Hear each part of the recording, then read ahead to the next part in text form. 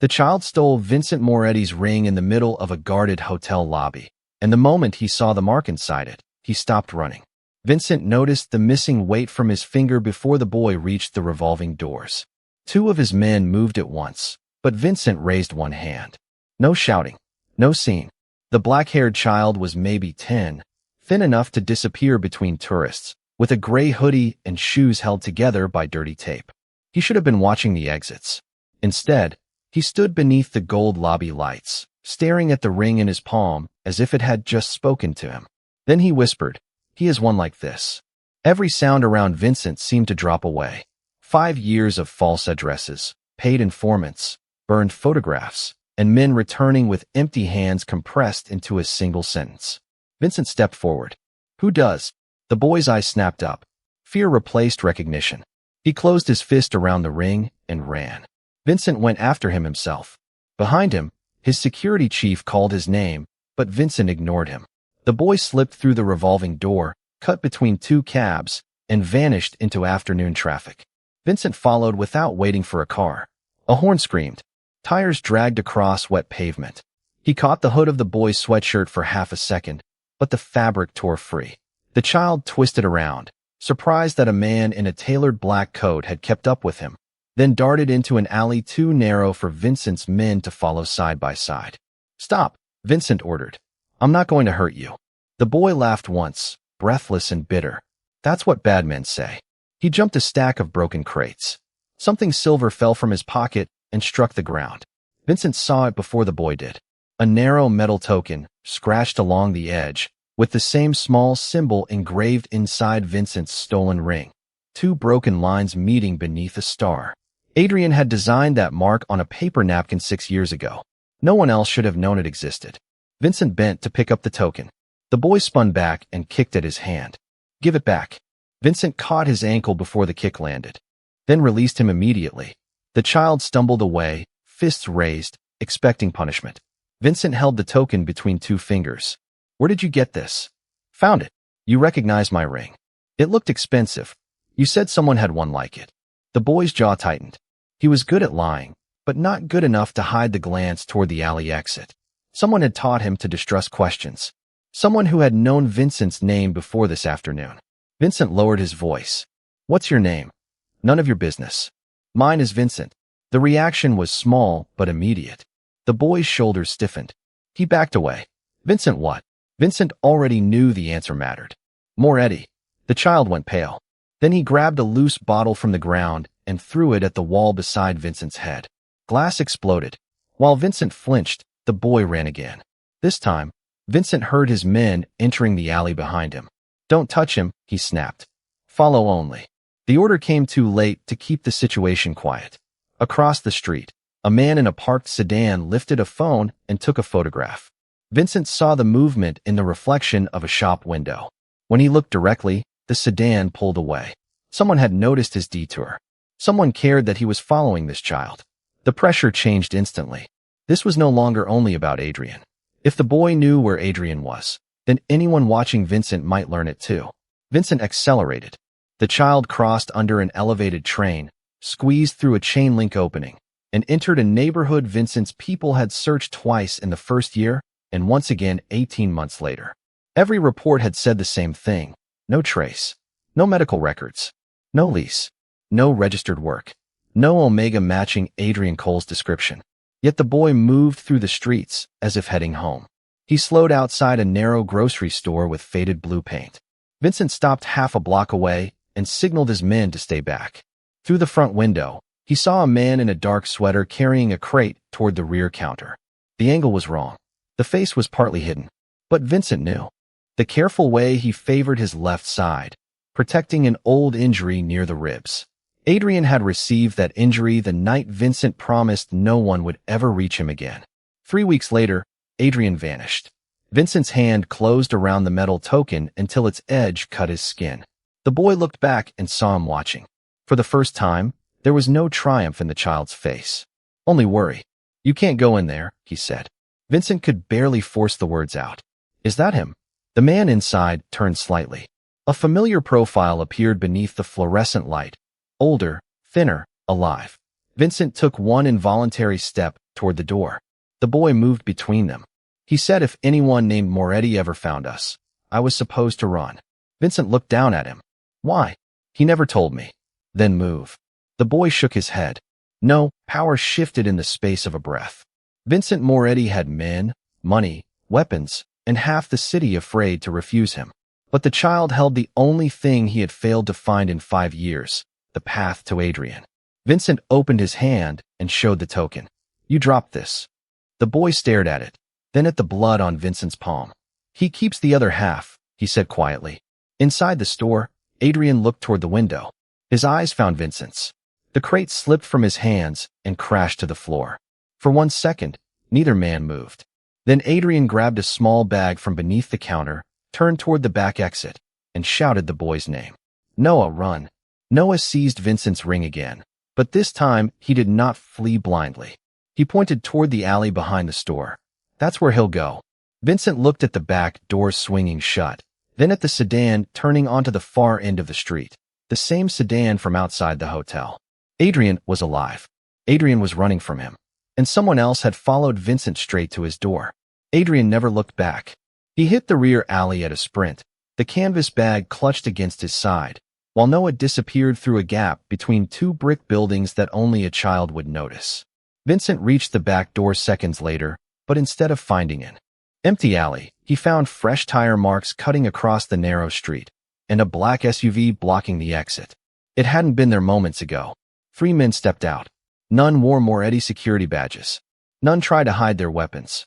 One of them looked straight at Adrian's retreating figure instead of Vincent. They weren't here for the Mafia boss. They were hunting the man Vincent had spent 5 years trying to find. That single realization hit harder than any bullet.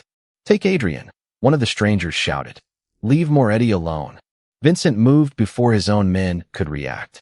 He slammed the nearest attacker into the SUV door, wrenching the pistol from his hand, while another shot shattered the grocery store window behind him.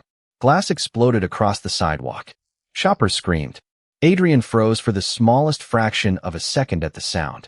That hesitation almost cost him everything. A 4th man emerged from behind a dumpster and lunged toward him. Adrian twisted away, dropping the canvas bag. Papers spilled across the pavement before he snatched the bag back up and disappeared into another alley. Vincent caught only one glimpse of the scattered papers. Most were blank receipts. One wasn't. A folded document flashed open in the wind, revealing a familiar signature above a crimson authorization stamp. Before Vincent could reach it, one of the attackers grabbed the paper and shoved it inside his jacket. Then the man ran. Vincent's instincts screamed louder than the gunfire. Forget the fight. Get the document. He chased the fleeing attacker instead. Behind him, his own security team finally reached the alley, engaging the remaining gunmen. The attacker vaulted a low fence, cutting through an abandoned parking lot. Vincent gained ground until another SUV screeched sideways across the exit, forcing him to stop. The fleeing man jumped inside. Before the vehicle sped away, Vincent memorized one detail. The driver wore a silver ring engraved with the same star beneath 2 broken lines. Not Adrian's design. A copy. Someone had duplicated it. The SUV disappeared into traffic. Vincent stood still for exactly 1 second before turning back toward the grocery store. Adrian was gone. Noah was gone. The attackers were gone. The only thing left was shattered glass and frightened witnesses.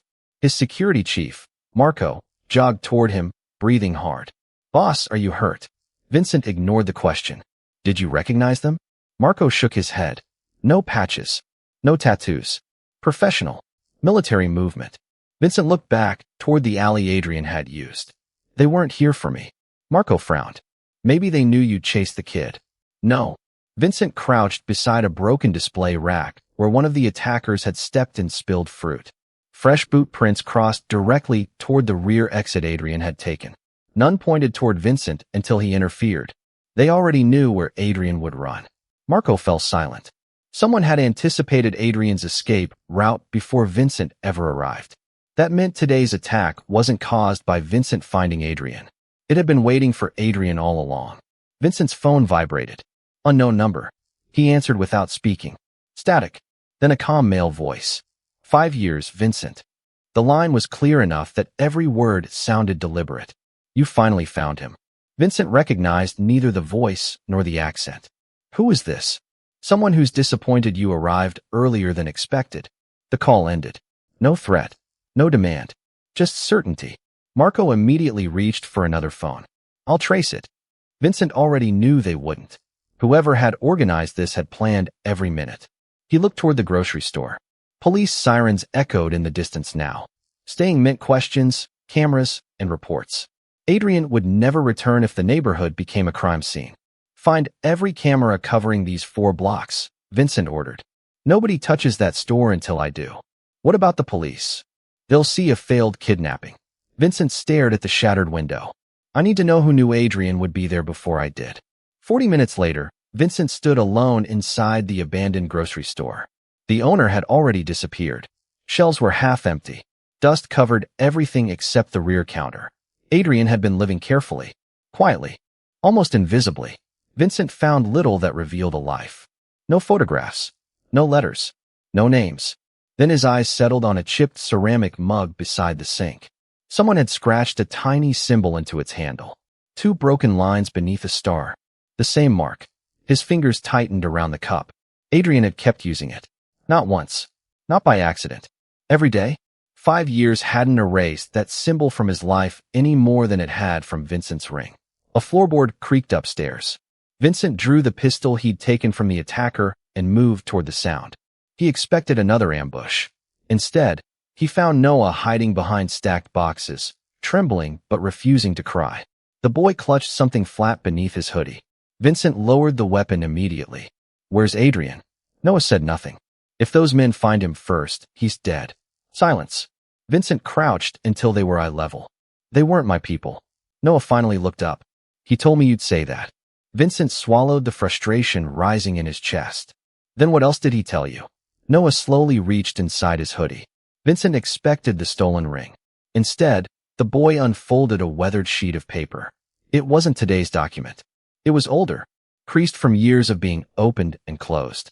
Across the bottom sat Vincent Moretti's signature above an official seal. Noah pushed it toward him with shaking hands. He kept this because he wanted to remember the day you sold him.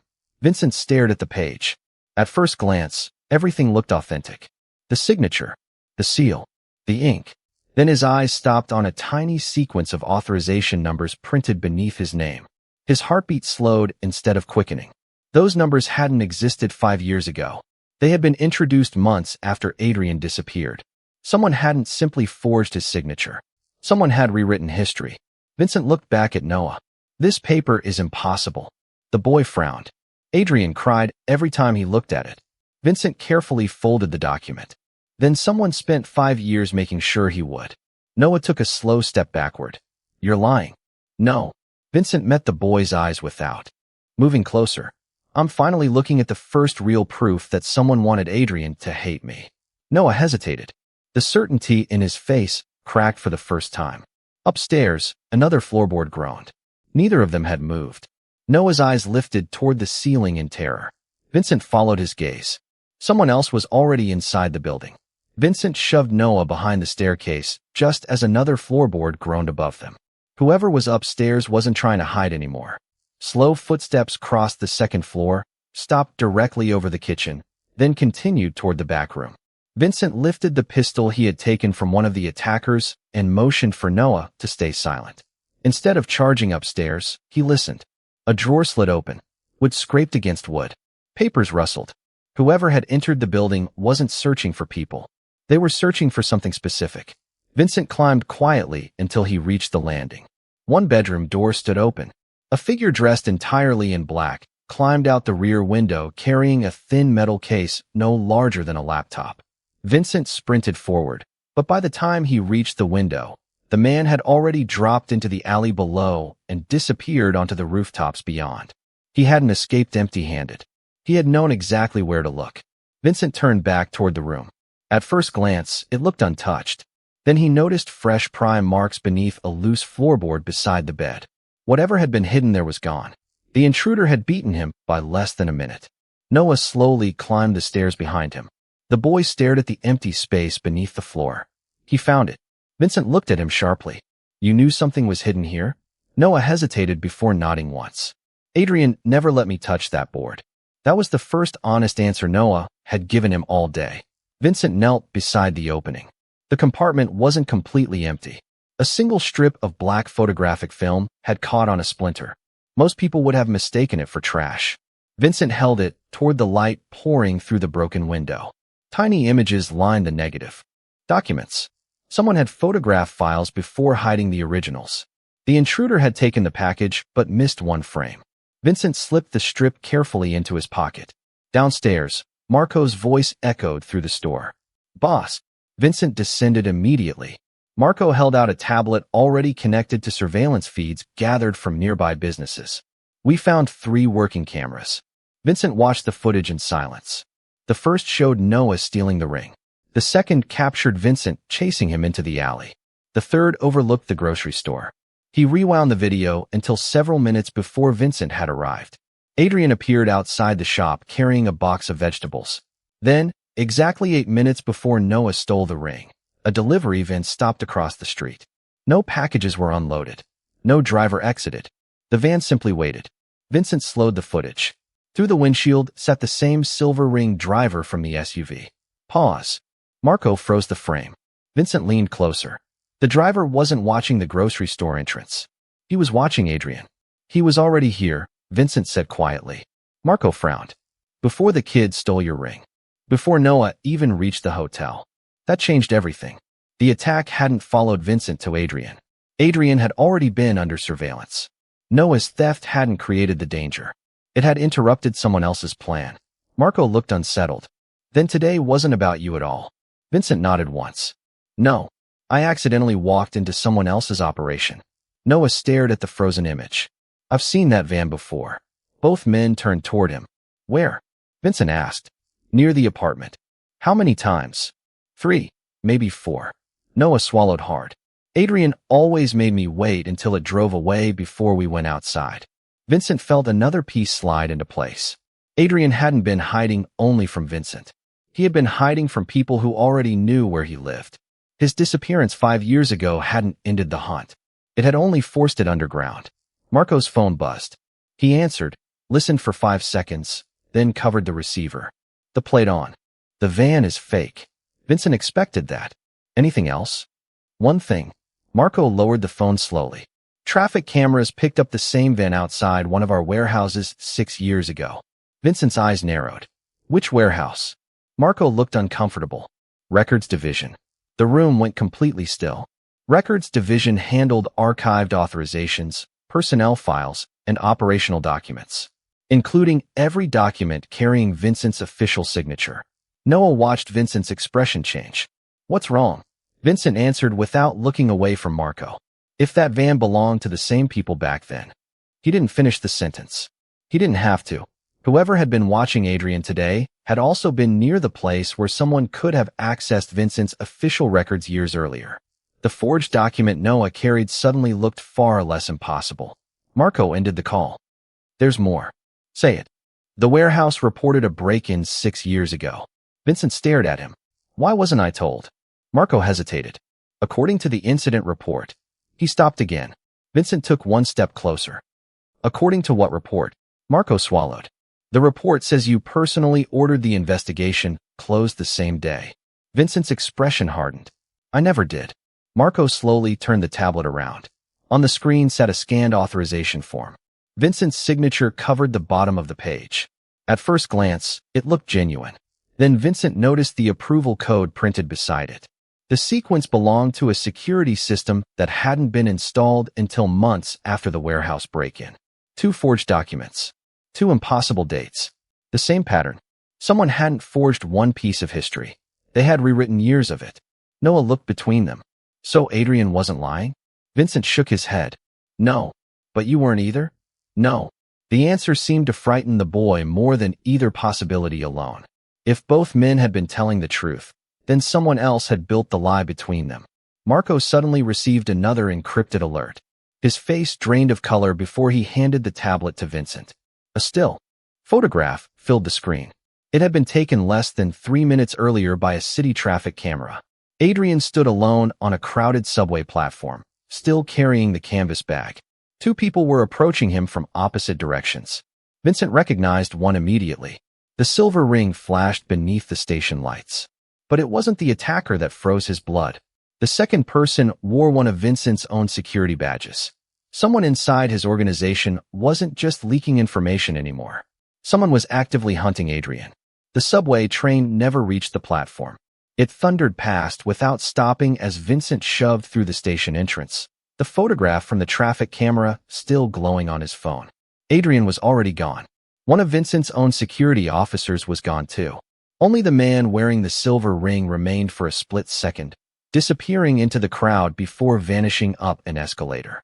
Marco caught up beside Vincent, scanning every exit. "We've sealed the streets above." Vincent shook his head immediately. Too late. They planned for us to react. His phone buzzed again. This time it wasn't an unknown number.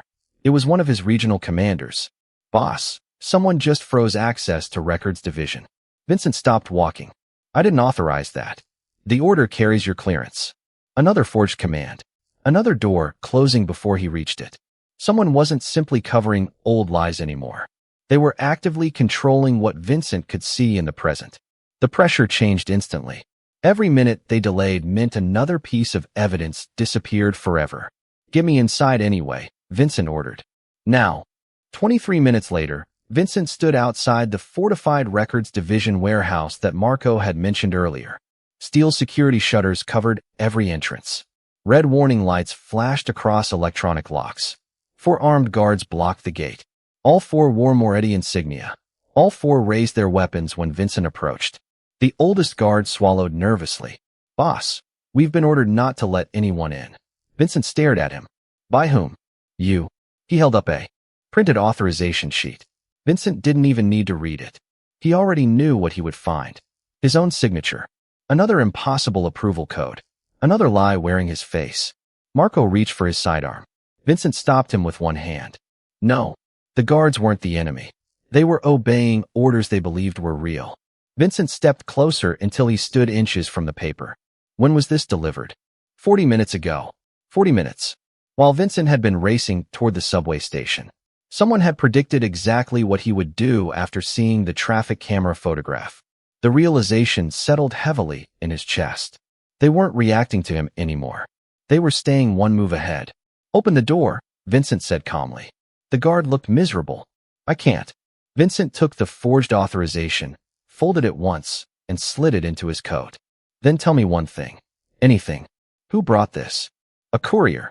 "Did you recognize him?" The guard hesitated. "No." Another dead end. Marco stepped closer after the guards retreated. "They're erasing everything before we can reach it." Vincent nodded once. "Not everything." He pulled the strip of photographic film from his pocket, the piece the intruder had missed beneath Adrian's floorboard. "We still have this." Less than an hour later, the film hung beneath a forensic light inside one of Vincent's private laboratories. An elderly imaging specialist adjusted the focus until tiny negatives expanded across a large screen. Noah watched silently from the corner, refusing to leave Vincent's side despite insisting he still didn't trust him. The first image sharpened. An employee identification file. The second, internal payment records. The third, security clearance requests. Nothing explained why Adrian had hidden them. Then the fourth frame appeared. Everyone in the room fell silent. It showed an internal memo stamped confidential. The image wasn't perfect, but one sentence remained readable. "Transfer all Omega Search reports through Director D. Vale before executive review." Vincent stared without blinking. "Director Vale?" Marco frowned. There was never a Director Vale. Vincent slowly looked toward him. "There is now." Marco understood immediately. Dominic Vale. The same surname. The same initial. The same position that could intercept every search report before Vincent ever saw it. Noah frowned. "Who's Dominic?" Vincent didn't answer immediately. He was remembering a meeting 6 years earlier. A quiet strategist. Brilliant. Invisible. The man who insisted centralized reporting would eliminate mistakes across the organization. Vincent himself had approved the restructuring. Not because Dominic demanded power, but because Vincent had wanted Adrian found faster. Every search afterward had passed through Dominic's office. Every failure. Every false lead. Every report claiming Adrian had vanished completely. Marco broke the silence first. If this memo is real, Vincent finished the thought, then every search I approved may have been filtered before I ever read it. That discovery hurt more than finding another forgery. It meant Vincent hadn't simply failed Adrian. He might have spent 5 years chasing lies deliberately fed to him. The imaging specialist enlarged the final frame. Most of the document had been burned away before it was photographed. Only a handwritten note remained near the bottom. Archive file A17 separately. Never digitize. **** Noah pointed at the screen. I've heard that. Vincent turned sharply. Where? Adrian used those words. Whenever we moved. Noah searched his memory. He always said, if anything happened, never trust computers, find A17. Vincent exchanged a long look with Marco. A17 wasn't just another file. Adrian had known about it, which meant he had been protecting more than himself all these years. Before Vincent could ask another question, every monitor inside the laboratory went black simultaneously. Lights flickered overhead. Backup generators failed to activate. The room dropped into heavy silence. Then every screen flashed back to life with a single image replacing the documents. A live security camera feed. Adrian sat alone inside what looked like an abandoned freight warehouse, his hands tied to a metal chair. Blood stained one sleeve of his sweater. Someone had positioned the camera carefully enough that his face remained visible. He wasn't unconscious. He was looking directly into the lens.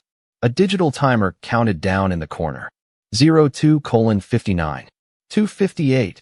2:57. ***. No ransom demand appeared. No instructions. Only a single typed sentence beneath the timer. Choose the file, or choose the Omega, Noah gasped. Marco reached for the keyboard, but nothing responded. The feed wasn't coming through Vincent's network anymore.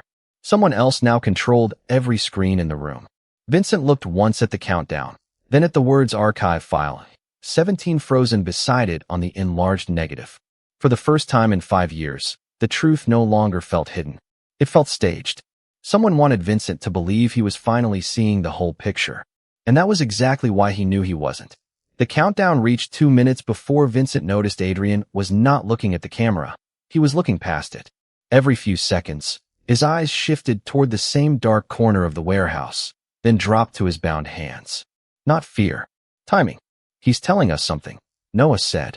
Vincent moved closer to the screen. Adrian flexed 2 fingers, paused, then tapped the metal chair twice. 3 seconds later, he did it again. Marco frowned. A code. Vincent watched the pattern repeat. 2 taps. Pause. 2 taps. Adrian had used that signal years ago whenever a room was compromised. It meant one thing. Do not trust what you see. The timer hit 1:43. Vincent turned from the screens. The feed is recorded. Marco stared at him. How can you know? Because Adrian's sleeve. Vincent pointed to the blood staining the fabric. It hasn't spread once since the feed began. Noah moved closer. The boy had spent years noticing small things adults ignored. And the clock behind him, he said. The second hand isn't moving. The entire threat had been built to force Vincent away from A17. Whoever controlled the screens did not want him choosing between Adrian and the file. They wanted him to believe those were the only choices. Vincent ripped the photographic strip from beneath the forensic light. Where is archive A17? Marco hesitated. If it was never digitized, only one place could hold it. The old probate vault beneath Moretti Hall. Then why show us this now? Noah asked. Vincent looked at the frozen image of Adrian. Because someone knows we're close enough to reach it. The screens went black again. When they returned, the timer had vanished. A new line appeared. He always chooses the Empire. Noah read it aloud, then looked at Vincent with open suspicion. Is that what Adrian thinks? Vincent did not answer. The message was not meant for him alone. It was meant to keep Noah afraid, Adrian isolated, and every old wound alive. Whoever had designed this understood the precise lie separating them.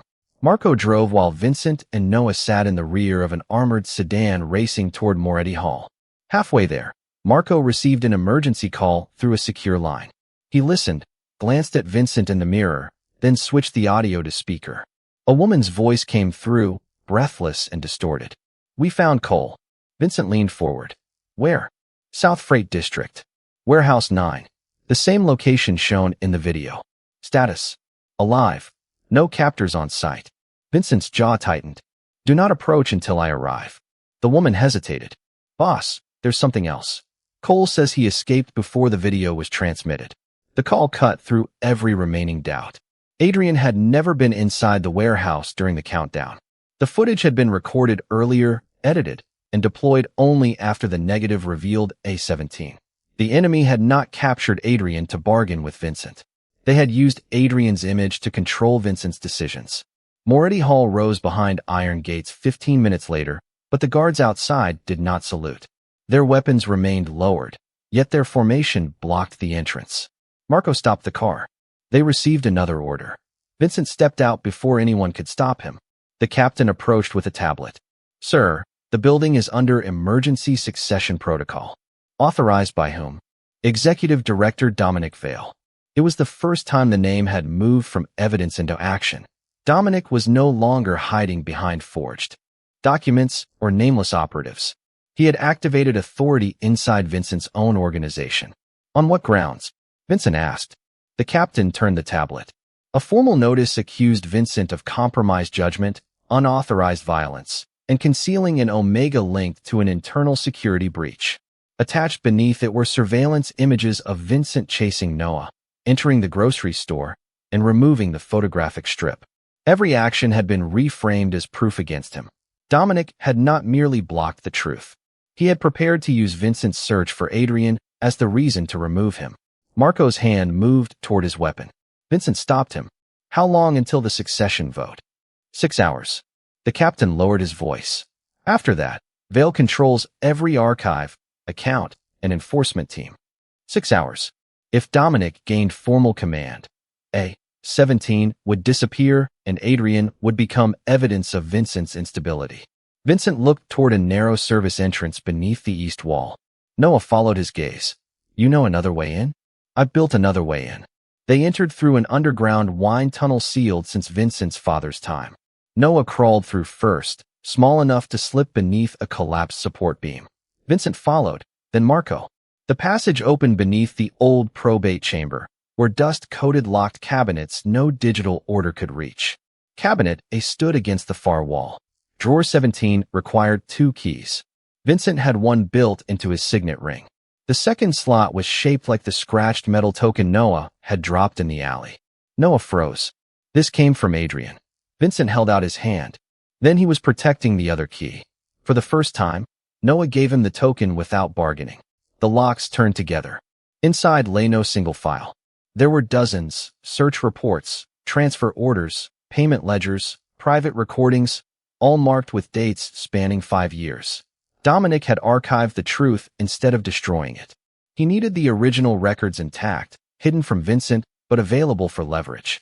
Marco opened the first folder. Every search report Vincent had reviewed contained a matching original underneath.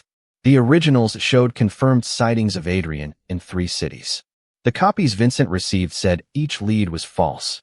Another folder contained the forged surrender order Adrian had carried. Clipped behind it was Dominic's handwritten instruction. Ensure Cole receives this before extraction. Ensure Moretti receives evidence of voluntary defection. Neither account may contradict the witness statements. Asterisk, asterisk, Vincent read it twice. Adrian had been made to believe Vincent sold him. Vincent had been made to believe Adrian left by choice. Their separation was not a misunderstanding. It was an operation. Noah picked up a small audio recorder from the box and pressed play. Dominic's voice filled the vault, calm and precise. Moretti is strongest when he believes loss can be corrected through control. Keep the Omega alive. Keep him unreachable, and Vincent will continue expanding every system we need him to build. Marco stared at Vincent. Dominic had not separated them simply to seize power.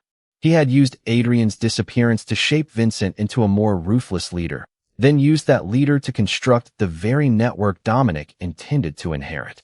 Every failed search had driven Vincent deeper into surveillance, enforcement, and centralized control. The empire had grown around his grief. A movement sounded behind them. Adrian stood at the end of the tunnel, one sleeve torn, dried blood on his arm. He raised a stolen pistol toward Vincent before seeing the open drawer. Then he saw the surrender order beside Dominic's instructions. His weapon lowered by an inch. Vincent did not approach him. He pushed the original file across the stone table instead. Adrian read the first page, then the second. His face changed slowly, not into relief, but devastation. You searched, he asked. Vincent placed 5 years of altered reports beside the originals. Every day, Adrian's eyes closed for 1 second. When they opened, the hatred was no longer certain. That uncertainty was more dangerous than anger. It left room for everything they had lost. Before either man could speak again, Noah's hand slipped into the inner pocket of his hoodie. He pulled out a thin black memory card neither Vincent nor Adrian had seen before. The man from the van dropped this yesterday, he said. Before I took the ring. Adrian went still. Vincent stared at the card. Dominic's message returned to him. Asked the boy what else he stole. Noah had not been targeted because he knew Adrian. He had been targeted because he had accidentally taken something from Dominic's operation before he ever touched Vincent's ring. Marco inserted the card into an isolated reader. One file appeared. No name. No timestamp. Just a live access key connected to the organization's succession network. Then Vincent's phone rang. Dominic Vale's name appeared on the screen for the first time. Vincent answered. Dominic did not greet him. He asked only one question. Is the boy still with you? Vincent did not answer Dominic's question. He ended the call, removed the battery from his phone, and crushed the device beneath his heel. 3 seconds later, every lock in the probate vault slammed shut. Red lights filled the chamber. A mechanical voice announced that Moretti Hall had entered full containment. Dominic's response was immediate. He had lost control of the hidden archive, so he was sealing Vincent inside it. The tunnel, Marco said. He reached the entrance first, but a steel barrier dropped across the passage before he could clear it. Adrian fired twice at the locking mechanism. The bullets sparked and flattened. Noah backed toward Vincent, clutching the memory card. Overhead, heavy footsteps moved through the hall. Dominic's people were no longer pretending to serve Vincent. The succession had already begun in practice, even if the vote was still hours away. Vincent opened the archive drawer and swept the most critical files into a leather document case. Adrian grabbed the forged surrender order and Dominic's handwritten instructions. Their hands nearly touched. Neither pulled away immediately. Then an alarm changed pitch. Marco looked at the control panel. They're flooding the vault with suppressant gas. White vapor spilled from ceiling vents. The archive wasn't being protected. It was being erased with everyone inside. Vincent kicked open a maintenance panel beneath the stone table and exposed a narrow service shaft. Noah goes first. The boy shook his head. I'm not leaving Adrian. He's behind you. Adrian knelt and pushed the child toward the opening. Go. Noah crawled inside with the memory card between his teeth. Marco followed with the document case. Adrian remained beside Vincent as visibility dropped. You built this place, Adrian said, covering his mouth with his sleeve. Tell me there's another exit. There was. Vincent looked at the sealed tunnel. Dominic found it. Adrian studied him for 1 hard second, then handed over the stolen pistol. Then make one.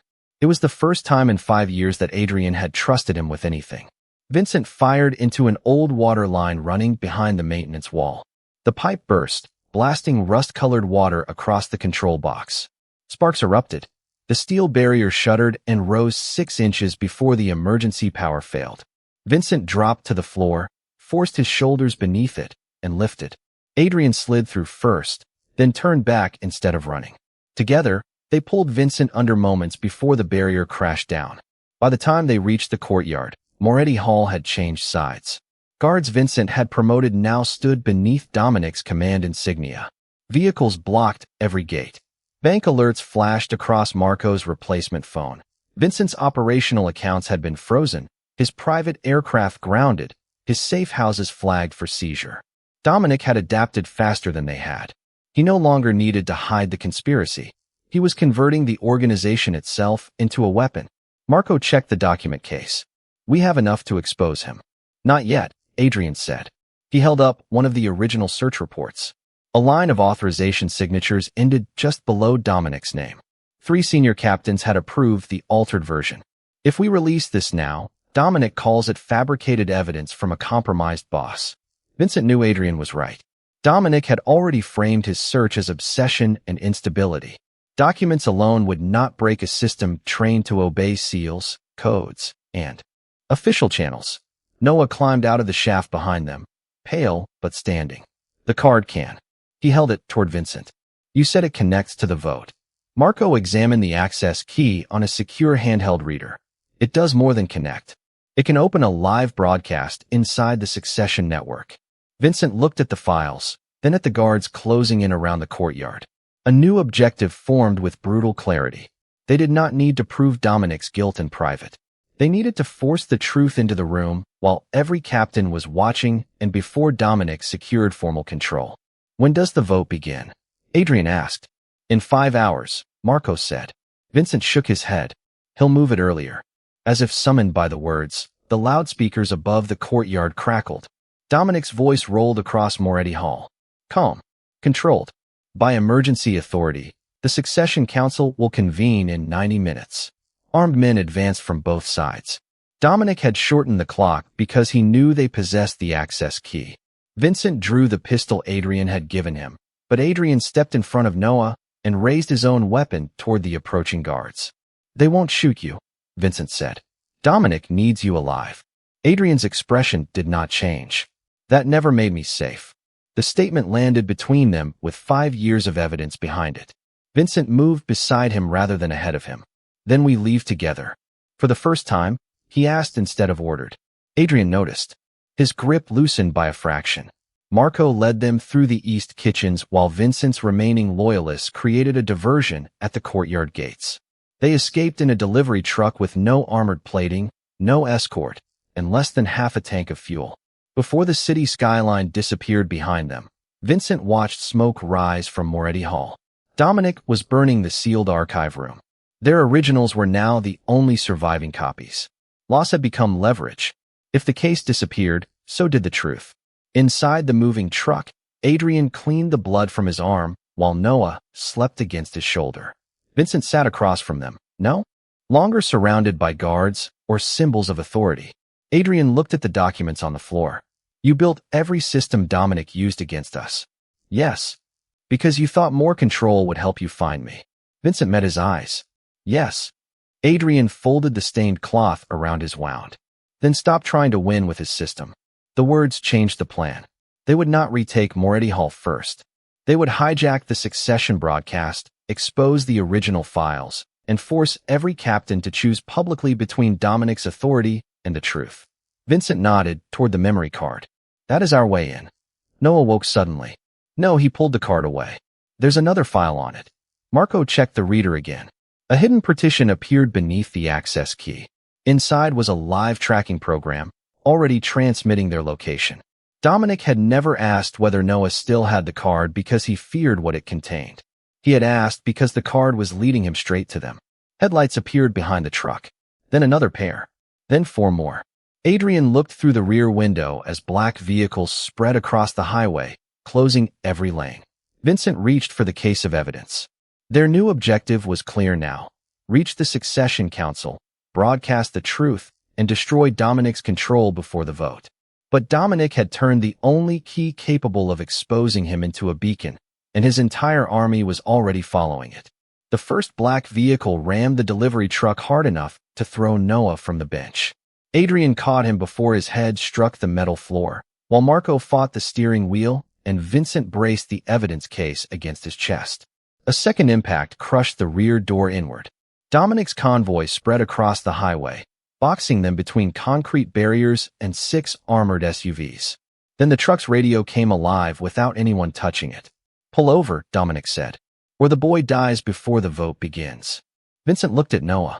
The child was shaken but alive. Dominic continued before anyone could answer.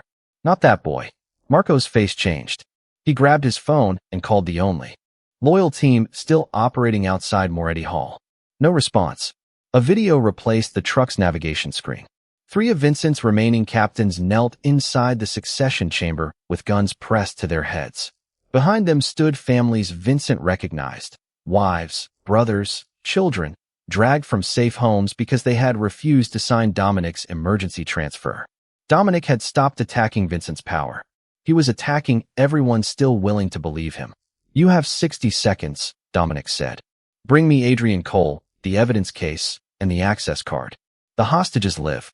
Refuse, and your loyalty becomes their inheritance. The transmission ended. Adrian stared at the screen, then at Vincent. He wants me alive because I'm the proof. Vincent shook his head. He wants you alive because destroying you would make you a martyr. Owning your testimony is cleaner. Another SUV slammed their side. The truck spun across 2 lanes and clipped the median. Marco forced it straight, but smoke poured from the hood. We're not reaching the council in this. Noah pulled the tracking card from his pocket. Throw it out. No, Vincent said. It's still the only way into the broadcast. It's also why they can see us. Adrian took the card from Noah and held it near the broken window. Vincent caught his wrist. Their eyes locked. If you lose that, Dominic wins the vote. If I keep it, Noah dies in the crash. Vincent released him. Adrian threw the card into the opposite lane. 2 of Dominic's vehicles broke formation immediately and swerved after it. The pressure around the truck loosened, but the cost was immediate. Their only direct access to the succession network disappeared beneath an armored tire. Noah watched the fragments scatter. Now what? Vincent looked at the evidence case. Now we reached the room without permission. Marco drove the dying truck off the highway and through the service gate of an unfinished rail terminal. The remaining SUVs followed. Inside, concrete pillars broke the convoy's line of sight.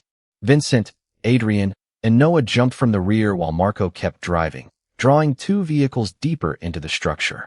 Gunfire cracked. Through the terminal, the truck burst through a construction barrier and vanished down a lower ramp. Seconds later, an explosion rolled through the building. Noah screamed Marco's name. Vincent turned toward the fireball, but Adrian grabbed his coat. If we stop, he did that for nothing. It was not confirmation that Marco was dead. It was worse. They had no time to find out. Dominic's men entered from both ends of the terminal. Vincent pushed the evidence case into Adrian's hands.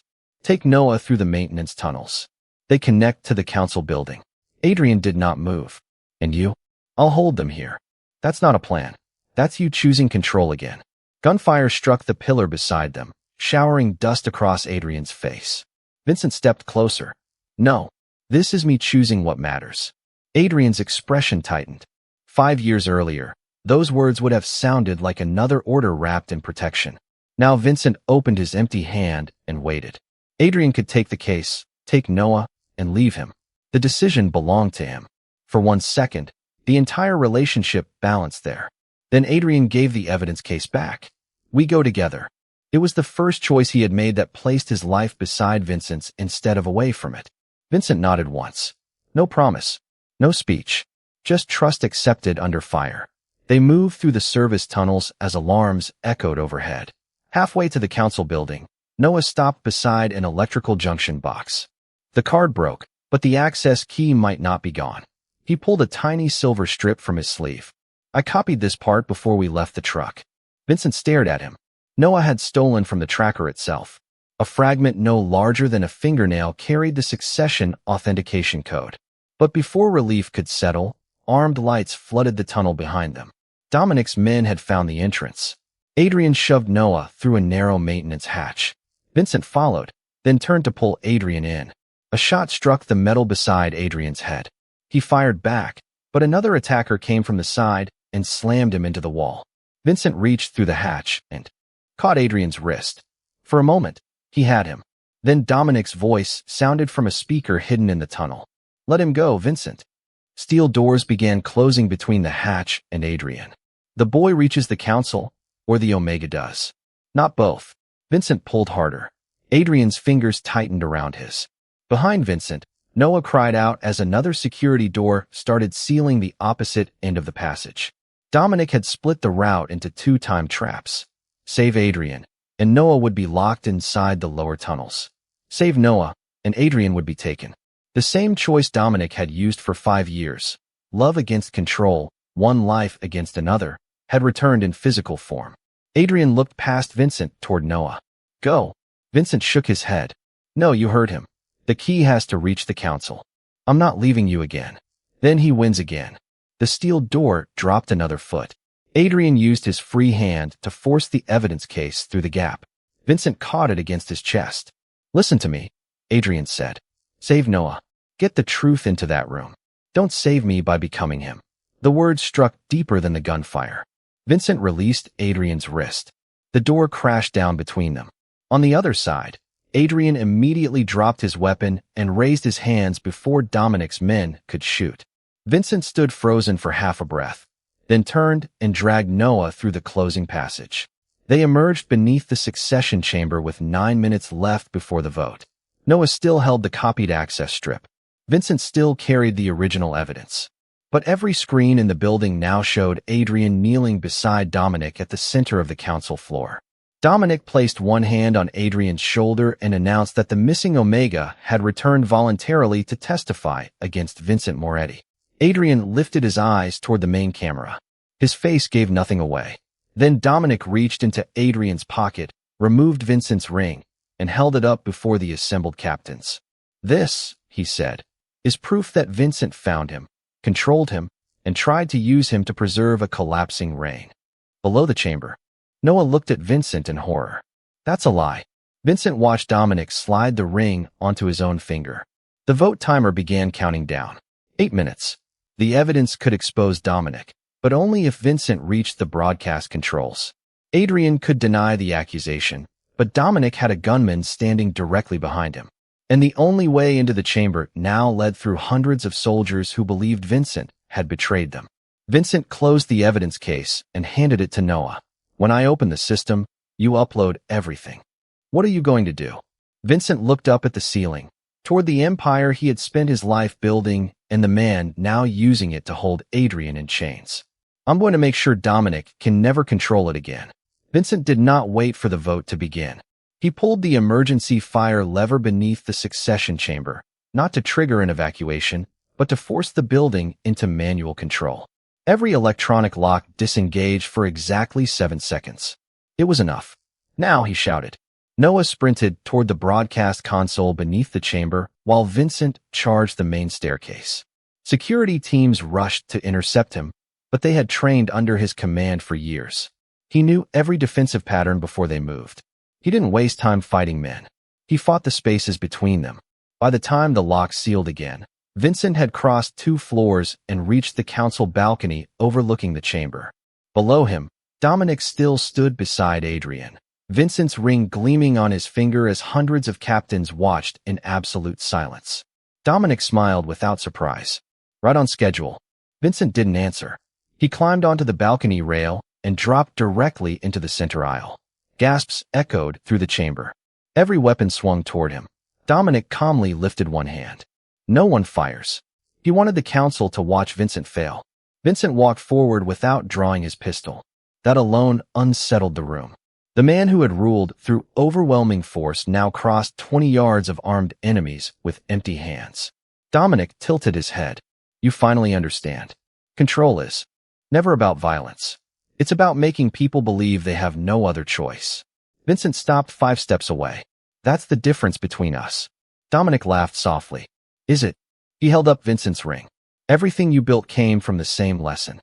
Vincent looked at the captains surrounding the chamber instead of at Dominic. 5 years ago, I believed if I built a stronger organization, I could protect the people I loved." He slowly removed the master authority key from inside his jacket. Every captain recognized it immediately. It represented ultimate command over the Moretti organization.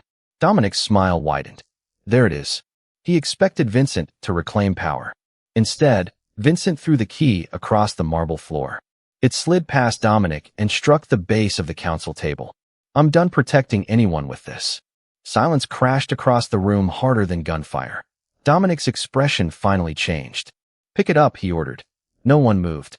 Vincent had broken the first rule Dominic depended on.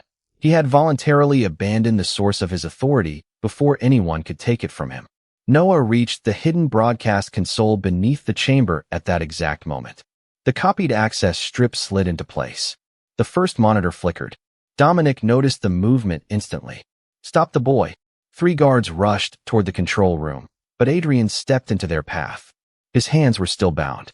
He rammed the first guard with his shoulder, twisted the second into the third, and kicked the broadcast room door shut behind Noah. It wasn't enough to stop them forever. It was enough to buy seconds. Dominic struck Adrian across the face with the back of his hand. "After everything I gave you." Adrian looked back with blood running from his lip. "You never gave me anything." Dominic reached for the pistol at his side. Vincent moved before the weapon cleared its holster. They collided across the council table, sending files, microphones, and ceremonial seals crashing onto the marble floor. Dominic fought without panic. He had planned for violence. What he hadn't planned for was losing the room. Above them, the chamber screens suddenly flashed alive. Noah had broken into the Succession network. Original search reports filled every display. Then altered copies appeared beside them. One by one. Same dates. Same signatures. Different conclusions. Murmurs spread across the council. Captains leaned forward. Some recognized their own approval marks. Others recognized reports they had never seen in original form. Noah's voice echoed through the chamber speakers. Comparing archive files. Another document appeared. Adrian's forged surrender order. Beside it, Dominic's handwritten instruction ordering the forgery. Another wave of whispers rolled through the room. Dominic shoved Vincent backward and lunged toward the broadcast controls. Vincent grabbed his coat before he could reach the stairs. Dominic drove an elbow into Vincent's ribs. Vincent answered with a punch that sent both men crashing through the council table. Wood splintered beneath them. Dominic looked up at the screens just as Noah activated the final recording recovered from Archive A17. Dominic's own voice filled the chamber. Moretti is strongest when he believes loss can be corrected through control. Keep the Omega alive. Keep him unreachable. He'll build the empire for us himself. No one spoke. No one needed to. Every captain understood what they were hearing. Dominic hadn't inherited Vincent's organization. He had engineered it. Every expansion, every surveillance network, every centralized archive had grown from Vincent's desperate search for Adrian. Dominic had weaponized grief into power. Dominic looked around the chamber and saw belief leaving the room. They're edited, he shouted. He's manipulating. One captain stood. Then another. A third slowly removed the council insignia from his jacket and placed it on the table. Others followed.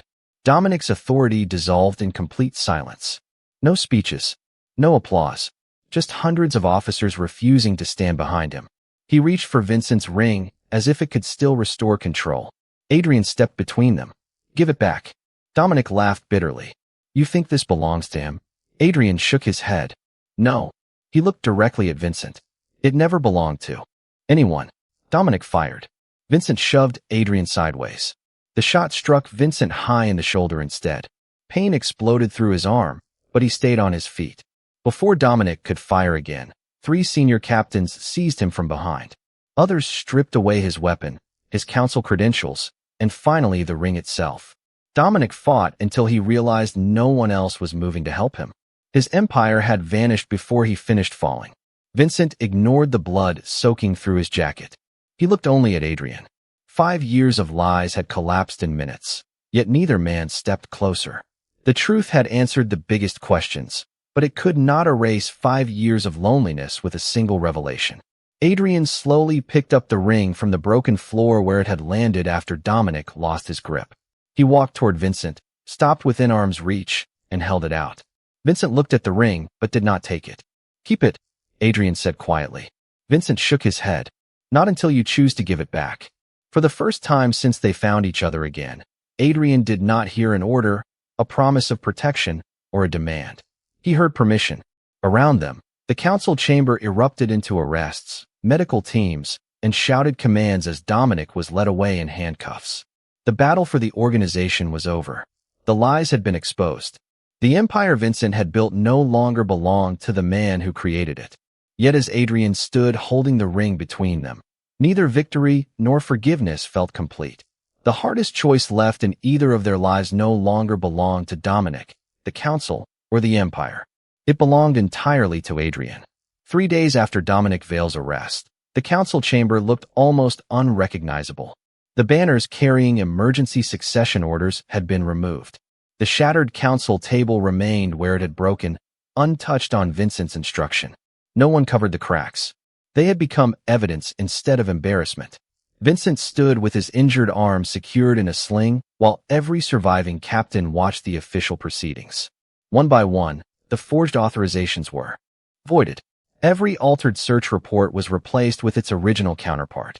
Every accusation against Adrian Cole was erased from the record.